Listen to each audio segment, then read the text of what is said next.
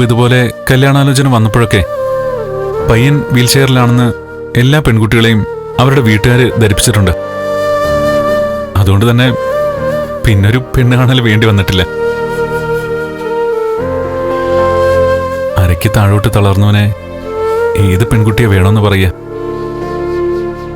അങ്ങനെ ഒരുപാട് ആലോചനകൾ മുടങ്ങിപ്പോയ കാര്യം മഹാലക്ഷ്മിയുടെ അച്ഛൻ അറിഞ്ഞതുകൊണ്ടായിരിക്കും പറയേണ്ട കാര്യം പറയാതിരുന്നത്.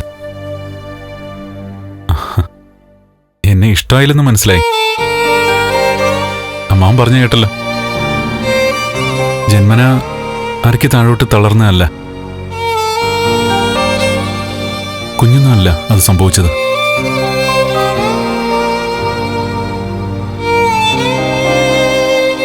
ശരിക്കും പറഞ്ഞ 12ാമത്തെ പിറന്നാൾ ദിവസം